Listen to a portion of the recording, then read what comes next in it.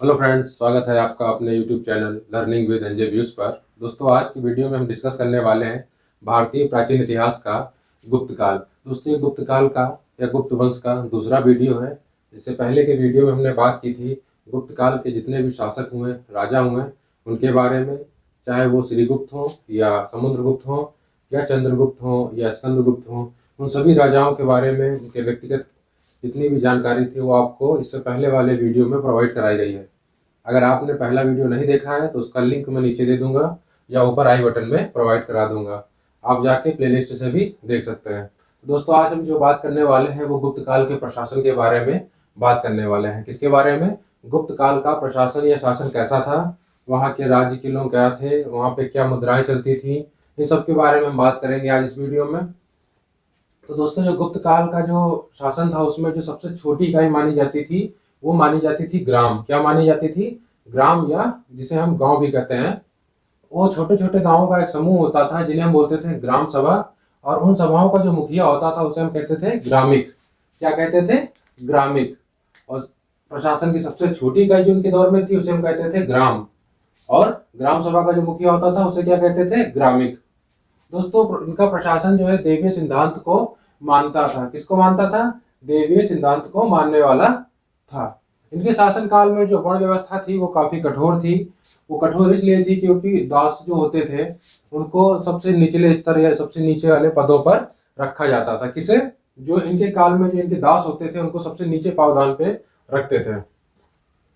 तथा जो अछूते होते थे या शूद्र होते थे उनके साथ बुरा बर्ताव किया जाता था। जैसे उनको मंदिरों में प्रवेश नहीं दिया जाता था, उनके साथ में बैठा नहीं जाता था। इस प्रकार के जो बातें थी। जो इनकी अर्थव्यवस्था थी दोस्तों गुप्त काल में, जो गुप्त काल की अर्थव्यवस्था थी वो पूरी किस पर निर्भर थी? वो थी कृषि पर निर्भर थी। किस किस पे? और जो उनका व्यापार होता था, उनका मुख्य आधार जो होता था वो कृषि ही था। तो कृषि पर केंद्रित जो है इनकी प्रशासन देखने को मिलता है। तो दोस्तों, जो फसल होती थी वो फसल कर के रूप में राजाओं को कितना देना, राजा लोगों को कितना मिलता था। जो जैसे कोई किसान है, अगर वो फसल अपनी बोता है और फसल बोने के बाद उसको काटता है तो उस फसल का फसल कर के रूप में 1/4 या 1/6 राजा को देना पड़ता था। इनकी दोस्तों जो राजकीय भाषा थी वो क्या थी? संस्कृत या प्राकृत। प्राकृत क्या थी? संस्कृत या प्राकृत। इसकी गुप्त काल में जो शासन था उसकी जो राजकीय भाषा थी वो क्या थी? संस्कृत या प्राकृत थी। चलिए नेक्स्ट देखते हैं दोस्तों क्या है। नेक्स्ट है, सिंचाई के लिए किस यंत्र का प्रयोग होता था? तो सिंचाई के लिए करते थे घंटी यंत्र का प्रयोग। किसका प्रयोग करते थे? घंटी यंत्र का प्रयोग करते थे। और उनका व्यापारिक केंद्र जो था वो उज्जैन था। क्या था? उज्जैन। जहाँ पे व्यापार का लेन देन जो होता था वो कहाँ पे होता था? वो मुख्यतः होता था उज्जैन में। और इन्होंने व्यापार में लेन देन के लिए ये अनाज के बदले अनाज नहीं देते थे। इनके दौर पे क्या चलते थे? सिक्के चलते थे। क्या चलते थे? सिक्के, जिनके माध्यम से बाजार में विनिमय होता था। सबसे ज्यादा सिक्कों का प्रचलन दोस्तों कराया है तो वो कराया है किसने? गुप्त काल में। गुप्त काल में सबसे ज्यादा सिक्कों का प्रचलन देखने को मिलता है, चाहे वो तांबे के सिक्के हों, चाहे वो सोने के सिक्के हों या चांदी के सिक्के हों। और सबसे ज्यादा स्वर्ण मुद्रा तथा तांबे की मुद्रा इन्हीं के काल में चलाई गई थी। किसके काल में चलाई गई थी? गुप्त काल में। तो ये इंपॉर्टेंट है, एक क्वेश्चन यहाँ से तुरंत बन जाता है, कई बार पूछा गया है कि सबसे ज्यादा स्वर्ण मुद्रा तथा तांबे की मुद्रा किस काल में देखने को मिली? तो वो मिली हमको गुप्त काल में। जो स्वर्ण मुद्रा होती थी उसको किस नाम से जानते थे? उसको हम दिनार कहते थे। क्या कहते थे? दिनार। जो सोने की मुद्राएं चलती थी या स्वर्ण मुद्राएं जो होती थी उनको क्या बोला जाता था? उनको बोला जाता था दिनार। गुप्त काल में इसे क्या कहते थे? दिनार। तथा चांदी की मुद्रा को क्या कहते थे? रुपये का। क्या कहते थे? रुपये का। तो इसको भी याद रखना है, जो गोल्ड का होता था उसको बोलते थे दिनार, और चांदी वाले को, सिल्वर सिक्के को क्या कहते थे? रुपये का। क्या कहते थे? रुपये का कहते थे। दोस्तों, मंदिर बनाने की जो शुरुआत या जो कला है वो इन्हीं के दौर में उदय हुआ था। जो मंदिरों का निर्माण आप देखने को मिलता है, जो उसकी कला है, जो उसमें जो देखने को मिला है, जो जानकारी मिली है वो ये मिली कि मंदिर बनाने की कला का निर्माण किसके काल में हुआ था? वो हुआ था गुप्त काल में। तो गुप्त काल में सबसे ज्यादा स्वर्ण मुद्राएं चलती थी, चांदी की मुद्राएं चलती थी, तांबे की मुद्राएं चलती थी। और मंदिर बनाने की कला का जो है उदय कहाँ हुआ था? गुप्त काल में। प्रसिद्ध देवगढ़ झांसी का जो 10 अवतार मंदिर है वो गुप्तों ने ही बनवाया था। किसने? गुप्तों ने बनवाया था। कौन सा मंदिर? जो देवगढ़ झांसी का दशावतार जो मंदिर है वो किसने बनवाया था? गुप्तों के द्वारा बनवाया गया था। और दोस्तों गुप्तों का जो राजकीय चिन्ह होता था, राजकीय चिन्ह वो होता था गरुड़। क्या होता था? गरुड़। और उनकी जो भाषा होती थी वो होती थी प्राकृत या संस्कृत। शिव के अर्धनारीश्वर रूप की मूर्तियां इन्हीं के काल में देखने को मिली। तो दोस्तों आपने जो कैलेंडर होते हैं उनमें देखा होगा कि आधा शिव है और आधा जो है पार्वती जी है। मतलब कि अर्ध नारीश्वर जो है वो देखने को कहाँ मिला? वो मिला गुप्त काल के रूप में। तथा एक चीज और इनके काल में देखने को मिली, जो प्रथम सती हुई थी उसका प्रमाण मिलता है ऐरण अभिलेख से। कहां से मिलता है? ऐरण अभिलेख से 510 ईस्वी में जो प्रथम सती हुई थी। इनके काल में अजंता की गुफाएं देखने को मिली। क्या मिली? अजंता की गुफाएं किसके काल में मिली? गुप्त काल में। कहां पे है? औरंगाबाद महाराष्ट्र। कहां पे है? औरंगाबाद महाराष्ट्र। दोस्तों गुप्त काल को संस्कृत साहित्य या भारतीय इतिहास का स्वर्ण युग कहा गया है। तो दोस्तों क्यों कहा गया इसके बारे में हम बता दें तो दोस्तों जो ज्ञान था, जो कविताएं थी, जो साहित्य था, जो रचना थी, इन सब का विकास इनके काल में बहुत ही चरम पे था। तथा जो है जिस कारण से इसे क्या बोला गया?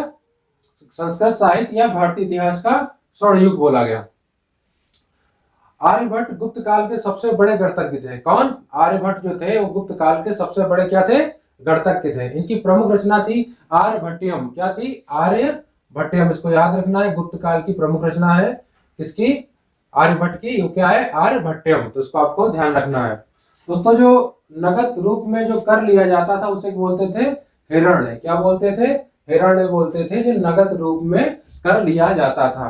तथा अग्रहार बोलते थे मंदिरों तथा ब्राह्मण को दी जाने वाली भूमि। मंदिर को या ब्राह्मण को राजाओं द्वारा जो भूमि दी जाती थी उसे क्या कहते थे? उसे कहते थे अग्रहार। और जो नगद रूप में जो कर दिया जाता था वो होता था हिरण्य। क्या होता था? हिरण्य। दोस्तों वेतन की अदायगी इसमें क्या होती थी? भूमि अनुदान के रूप में होती थी। क्या होती थी? इनके दौर में भूमिदान भी देखने को मिली। और जो जो अदायगी है वो किसके द्वारा हो जाती थी? भूमि को देकर। किसके द्वारा? भूमि को अनुदान देकर भूमि की अदायगी हो जाती थी। इनके काल में विज्ञान, साहित्य, संगीत, कला को बढ़ावा मिला था। किसके काल में? गुप्त काल में। विज्ञान इसलिए कह सकते हैं क्योंकि चंद्रगुप्त द्वितीय या विक्रमादित्य ने जो मेहरौली स्तंभ बनवाया था दिल्ली में, उसमें दोस्तों आज तक जंग नहीं लगा है। वो लोहे का होने के बावजूद उसमें आज तक जंग नहीं लगा है। इस वजह से उसे क्या कहते थे कि उस टाइम पर विज्ञान की भी समझ थी। तथा साहित्य जो था वो कालिदास थे, विष्णु शर्मा थे, ये सब पुस्तकें इन्हीं के दौर में लिखी गई थी। और संगीतज्ञ और कविराज कौन था? इन्हीं काल में जो शासक थे वो थे। तो इस वजह से विज्ञान, साहित्य और संगीत एवं कला को इस काल में बढ़ावा मिला। और भारत का न्यूटन किसे कहा जाता है? इंपॉर्टेंट है दोस्तों, कई बार एग्जाम में पूछा गया है। तो वो कहते हैं ब्रह्मगुप्त को। किसे कहते हैं? ब्रह्मगुप्त को। भारत का न्यूटन किसे कहते हैं? ब्रह्मगुप्त को कहते हैं। चलिए यहाँ तक की बात हो गई। अब बात करते हैं गुप्त काल की जो प्रमुख रचना है और उनके रचनाकार। इससे दोस्तों 2 से 3 नंबर का क्वेश्चन जरूर फंसता है हर एग्जाम में। आपसे रचनाएं पूछ लेगा तो आपको लेखक बताना पड़ेगा, लेखक पूछ लेगा तो उनकी रचनाएं बताना पड़ेगा। तो एक एक करके हम बात करते हैं किसकी? इनके टाइम पे जो रचनाएं थी उसकी और लेखकों की। तो दोस्तों सबसे पहले है कालिदास। क्या है?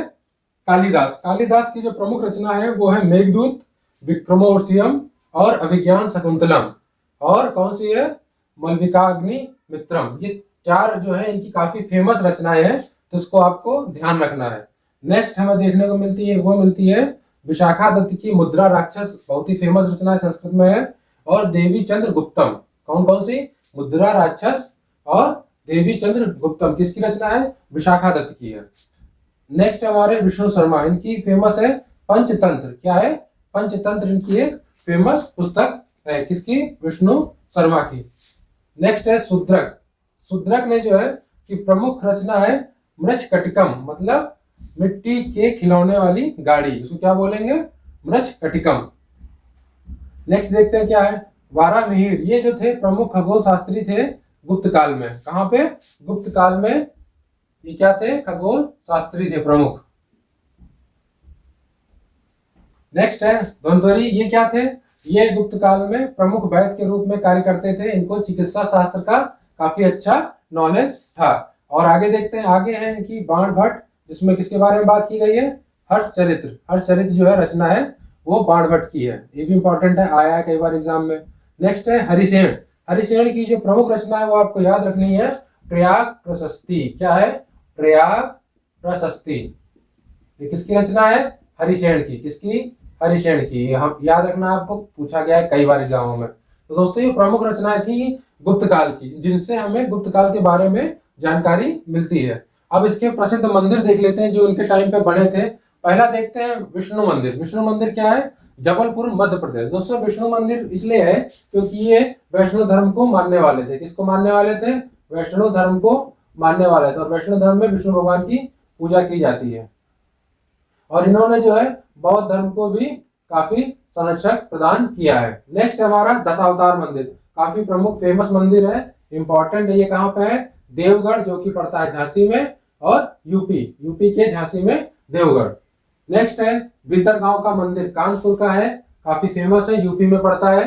नेक्स्ट है पार्वती मंदिर, ये कहाँ पे है, मध्य प्रदेश में है। और अजंता की गुफाएं कहाँ पे है, औरंगाबाद महाराष्ट्र का। मोस्ट इंपॉर्टेंट है, कई बार पूछा गया है कि अजंता की गुफाएं कहाँ पे, औरंगाबाद में, किसके काल में बनी थी, गुप्त काल में बनी थी। तो दोस्तों आज जो है ये हमारा गुप्त काल जो है खत्म होता है। नेक्स्ट वीडियो इसी के आगे चलती रहेगी। तो आपको अगर चाहिए कि प्रमुख रचनाएं और उसके रचनाकार, तो उसकी वीडियो हम आपको अलग से बना के प्रोवाइड करा देंगे। वीडियो को अगर अच्छा लगा तो वीडियो को लाइक करना ना भूलें, और वीडियो को ज़्यादा से ज़्यादा शेयर करें और सब्सक्राइब करें।